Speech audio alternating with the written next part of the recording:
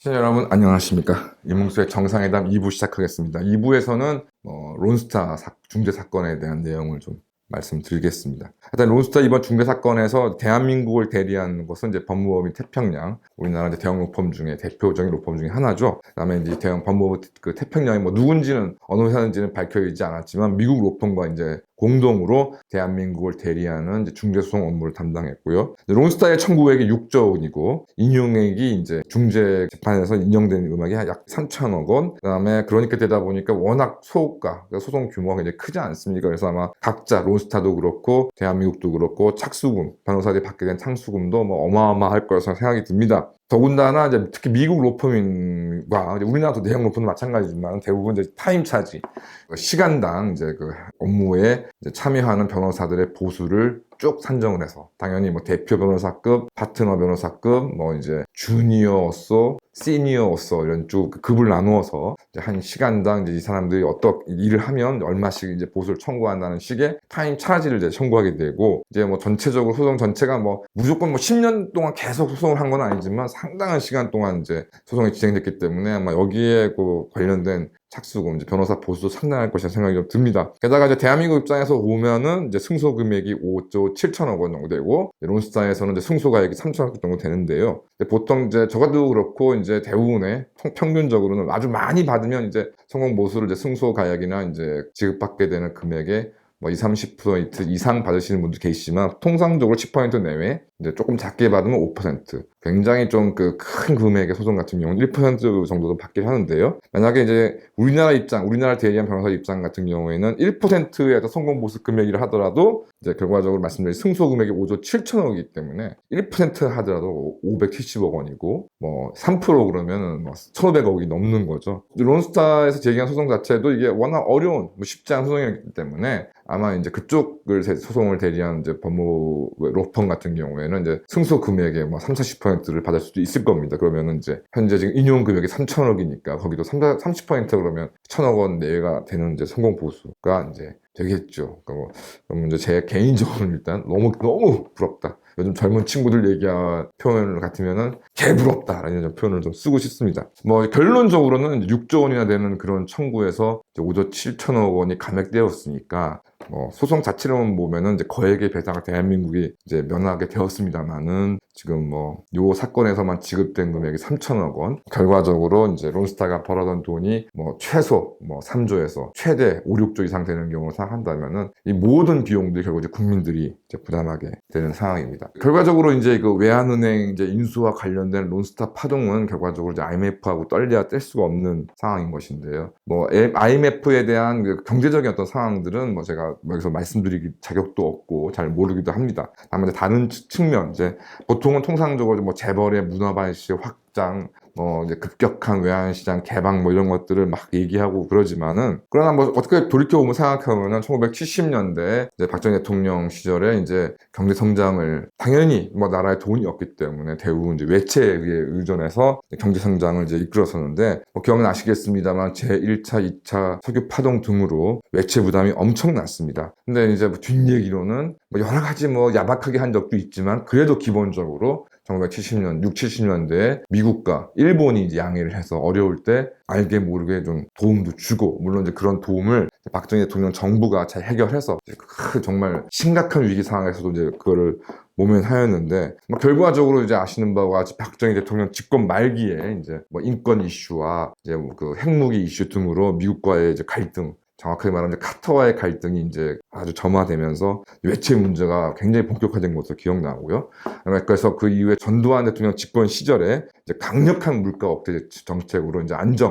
경제 성장만을 추구하는 것이나 안정 위주로 당시 김재익 경제수석께서 이제 그런 것들 정책을 펴시면서 그 아주 위급했던 외채 문제는 해결을 했고, 거기에 또 이제 뭐 기억이 나시겠습니다만은 이제 일본에 대한 과거사 문제를 또 전두환 대통령이 거론하면서 당시 또 친미 친한 성향의 낙하손의 수상으로부터 일본으로부터 또 차관을 들여와서 이런 1970년대 말에 있었던 어려운 경제 위기를 또 우리가 돌파를 했었습니다. 그렇지만 이런 뭐 과도한 외채라는 문제가 있었긴 했지만 잘 아시는 바와 같이 그 외채로 박정희 대통령이나 이런 분들이 다른 짓거리를 하신 것이 아니라 그걸 가지고 울산, 포항 뭐 이런 곳들의 중화공업 단지들을 조성을 했고 그것이 과도한 외채 부담으로 한때 우리나라 경제 위기에 몰아넣었지만 그렇게 구축된 중화공업 기반으로 1980년대 중반 이른바 3조 호황으로 이제 정말 우리나라가 안정된 고도성장을 이루어지는 토대가 마련이 돼 있었던 것이죠. 그래서 그런 가운데 이제 김영삼 전부가 들어오고 이제 제가 이제 군대를 갔다 와서 제대를 해서 나름 그래도 뭘 좀 공부를 해야 되니까 제가 1994년, 95년 이럴 때 이제 타임지를 매주 이제 당시에는 이제 구입을 해서 이제 읽어야 되기 때문에 구입을 해서 영어 공부하는 셈 치고 이제 뭐 뜻도 모르고 영어 공부한다는 의미로 쭉 보고 있었는데 좀 그때도 좀 굉장히 좀 생소했던 그 내용이 뭐였냐면 이제 일본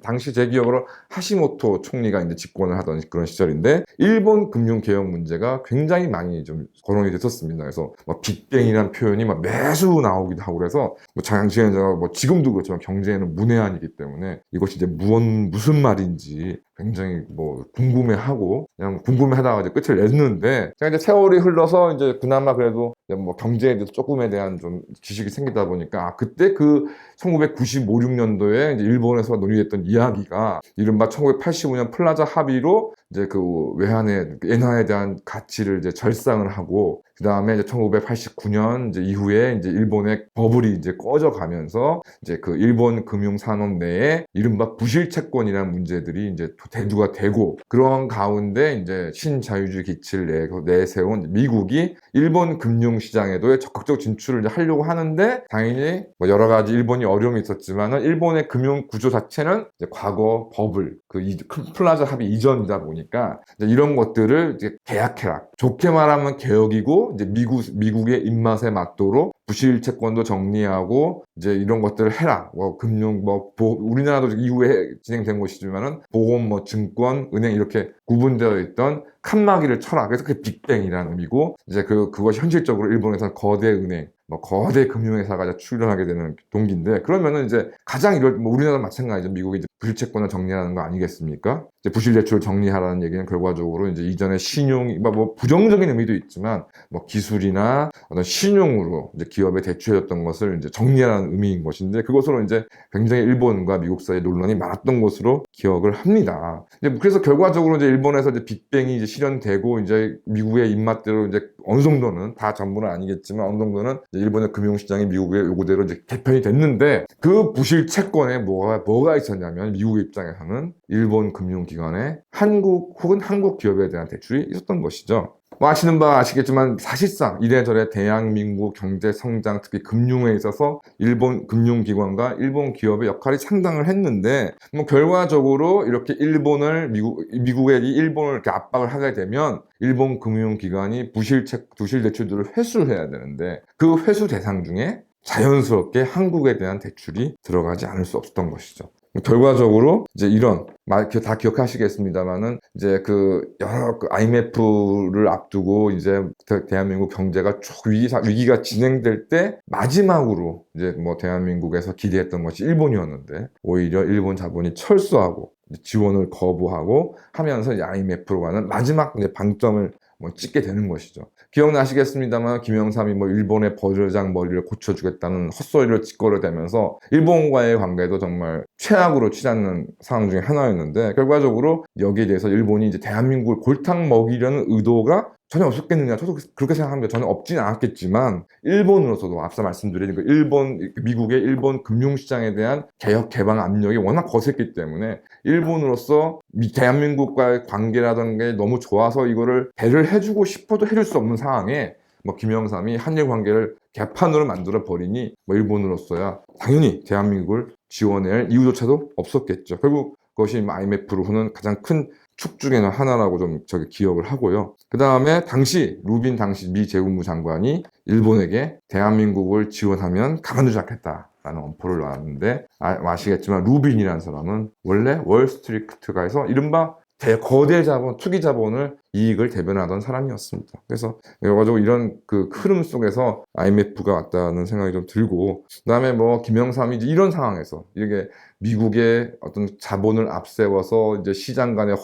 벽을 허물어서 정말 자본의 이익을 극대화하겠다는 것이 노골화되는 것이 4, 5년 이제 이후에 이제 벌어진 일들인데, 이런 가운데 뭐 김영삼은 아무 생각 없이 세계화를 떠들고, 그 다음에 이러한 것들의 내용을 관료들은 분명히 알고 있었겠죠. 왜냐하면 1980년대에 이탈리아, 영국이 이런 뭐 헤지 펀드, 뭐 벌처 펀드라고 요즘 얘기하지만 그런 이런 해외 투기 자본에 의해서 초토화돼 가지고 IMF 지원을 받고 뭐 인플레가 뭐 심해지고 하는 것들을 다 우리나라 뭐 금융 전문가들은 알고 있었을 텐데, 이런 것들, 이런 김영삼을 방치하고 조장하면서 그래가지고 OECD에 가입한다고 그러면서 이제 고환율을 지속하면 부실만 더 키우는 상황이 이제 벌어졌고, 거기에 이제 한보, 기아, 그다음에 동남아, 태국을 비롯한 동남아 금융 상태로 위기가 등장을 하니까 이제 도저히 이게 감당할 수가 없다라는 생각이 들고서 이제 강경식 당시 재경부 장관, 김인호 당시 경제수석이 이제 움직여서 이제 사실상 97년 하반기에 들어서면 IMF 측과 이제 지원을 논의하고, 그다음에 당시까지는 이제 그 동남아 위기가 발돼서 이제 한국까지 갈 거냐 안 갈 거냐 조금 여러 가지 불확실한 상황이다 보니 아직은 뭐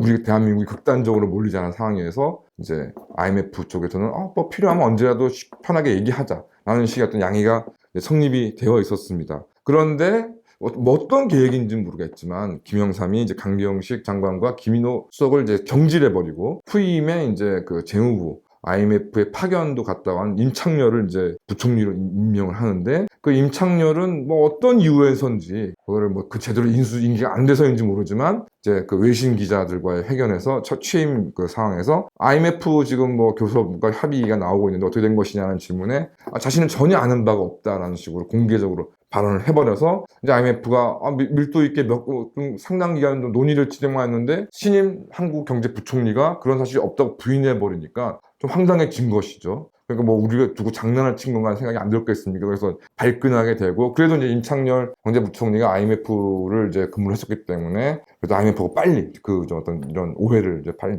봉합을 했었습니다. 그런데 대선 국면에 들어가니까 김대중이가 갑자기 뭐 재협상이니 뭐니 이런 헛소리를 좀 짓거리게 되고, 이러다 보니 벌써 이제 IMF는 이제 몇 번 이런 상황이 반복되다 보니까 다시 발끈하게 되고, 황교안 대표께서 말씀드린 것처럼 당시 IMF가 주요 대선 후보들한테 한국 정부와 IMF 사이에 이 협약을 이행할 것을, 아주 뭐 제대로 다 내용이 정해진 것도 아닌데 제대로 이후 차후에 자신이 대통령이 되더라도 제대로 이행하겠다는 각서를 요구를 하게 되고, 이것이 이제 내선 과정에서 마지막으로 이제 이 IMF의 어떤 갈등을 좀 촉발하고, 뭐 이러던 사이에 이제 시장에서 신뢰를 이제 잃어버리게 되니까 이제 외환 보유고가 막 급격하게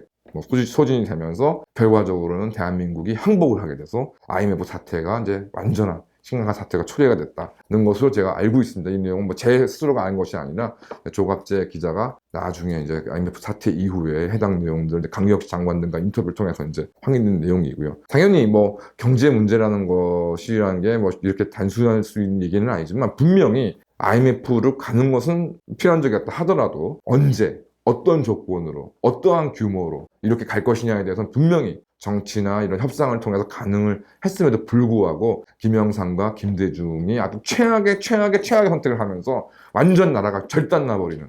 그런 사태로 가게 된 것에 대해서는 뭐 의문의 여지가 없다고 생각하고, 이것을 뭐 단순히 뭐 재벌의 문화발시 확장으로만 너희가 정리하는 것은 절대 안 된다라고 생각이 듭니다. 이러한 상황에서 이제 당연히 국책은행 중에 하나였던 외환은행이 이제 부실에 몰리게 되고 매각이 되는 것인데요. 당연히 IMF로 초토화된 한국사에서 이제 뭐 그 재벌이 금융기관을 소유해서 안 된다는 논리 등으로 뭐 재벌들을 이제 배제시켰고, 또 뭐 당시에 IMF 직후다 보니까 뭐 여러 뭐 진짜 대단한 재벌들도 무너지는 판에 사실 삼성이라 하더라도 손쉽게 이거를 하겠다는 나설 수가 없는 상황이었습니다. 그 다음에 이제 뭐 이런 경우에 이제 이렇게 상황이 어려워지게 되면 정상적인 우리나라로 이제 뭐 국내로 치면은 일반 그 금융기관, 은행이나 이런 것은 나서지 않고 결과적으로 벌처 펀드, 세계적인 벌처 펀드들이 이제 우리나라에 이제 물밀듯이 이제 들어오고 담합하고, 결국 이제 론스타가 외환을 인상을 했지만은 아직도 론스타가 과연 외국인은 맞는 것이냐에 대해서는 아직도 뭐 의문이 있는 거 잘 아실 겁니다. 결과적으로 이제 헤지 펀드들, 벌처 펀드들의 담합으로 우선 작전으로 다른 이가 이제 외환은행을 인수하지 못하도록 여건을 탁 만들고, 이런 상황에서 상황 논리로 누군가의 주도에서 법을 어겨서 이제 론스타, 사모펀드에 불과한 론스타가 외환은행을 인수하고, 여기에는 뭐 그 당시 IMF 때 김현장은 뭐 이뿐만이 아니라 엄청나게 많은 돈을 벌었습니다. 그래서 주로 벌처 펀드나 뭐 하여튼 해외 다국적 기업, 해외 기업들의 한국 기업들의 인수를 대리하면서 김현장이 엄청나게 좀 돈을 벌었고요. 여기에 대해서 금융 당국은 사실상 방치했다라고 생각이 좀 듭니다. 결과적으로 대한민국과 대한민국 국민들만 우는 그런 끔찍한 비극이 이제 IMF 직후에 벌어졌고, 다 웃었습니다. 돈 많은 사람들 다 웃었고, 해외 자본 다 웃었고, 그 다음에 여기에 뭐 자문을 해주거나 도움을 준 그 뭐 변호사들, 고위 관료들 다 웃었던 것으로 참 기도 차지하는 상황이 좀 지났었던 것이고요. 현재 지금 우리나라 상황에서 지금 뭐 환율 가지고 다시 이제 문제인데, 뭐 또 일본하고 또 비교를 또 많이 합니다. 그래서 뭐 엔화가 약세가 되면 일본이 흔들거릴 것이다 라고 좀 얘기들을 많이 하는 또 가짜 전문가들이 판을 치고 있는데요. 물론 엔화 약세로 일본 국민들이 인플레로 고생하는 것은 맞는 것 같습니다. 그런데 일본 국가, 일본 금융기관, 일본의 기업, 또 돈 많은 개인들은 어마어마한 우리나라하고는 상대도 되지 않는 외화 자산을 다 가지고 있기 때문에 환율과 뭐 달러 환율이 강해지면 일반 서민들은 고통스럽지만, 이런 거대 자본을 가지고 있는 국가 기관들은 오히려 장부상으로는 수지가 맞아지는 거죠. 외화 자산의 수익률이 높아가니까. 그래서 결과적으로 환율 변동이 외환 위기까지는 절대 이어질 수 없는, 그러니까 여기서 엔화 약세로 마이너스가 벌어지지만 자신들이 가지고 있는 또 외화 자산으로는 또 플러스를 내니까, 결코 환율 변동으로 일본은 외환위기까지 갈 일이 없지만, 우리나라는 뭐 인플레만 문제는 아니지 않습니까? 지금 당장 급등하는 환율을 방어해야 마느냐, 방어하느라 또 몇백억 달러가 소진됐다 안 됐다, 지금 이런 상황이 좀 벌어지고 있습니다. 이런 상황에서 정확하게 파악하고 대처하지 않으면 정말 윤석열은 다시 김영삼처럼 정말 저주의 대상이 될 수밖에 없지 않느냐는 생각이 좀 들고요. 이런 속에서 결과적으로 나하고는 무관한 문제가 아니라 외환은행을 매각하면서 국가와 국민의 소중한 자산이 헐값으로 매각됐고, 그것을 우리 또 국내 기업이, 국내 금융기관이 비싼 돈을 주고 사들었고, 또 거기에 그것을 이러저러하게 조정해 보려고 하는 시도 속에서도 국제소송까지 벌어져서 어쨌든 뭐 좋은 결과라고는 하지만 3천억 원 정도를 줘야 되는, 뭐 재심을 통해서, 이익을 통해서 좀 감액될 거라고는 얘기를 하지만, 저는 제 생각에는 그렇다고 아주 많이 감액이 될까라고 좀 생각이 좀 많이 듭니다. 그래서 이런 부분을 생각해 봤을 때 참 이런 그 국민의 부담만이 그냥 지난 20년 가까운 시간 동안 이렇게 쌓이고 저렇게 쌓이고, 그래도 이렇게 끝난 게 다행인데, 끝난 게 다행이어서 끝나는 것이 아니라 이 외환은행 사태를 지켜보면서 정말 어떻게 이 세계적인 해적들이 대한민국을 요리하고 대한민국 내에 있는 이른바 엘리트들이 얼마나 여기에 붙어먹어서 결과적으로는 국가 및 국민의 손해를 가져오는 것을 저희가 잊지 말아야 될 것 같습니다. 감사합니다.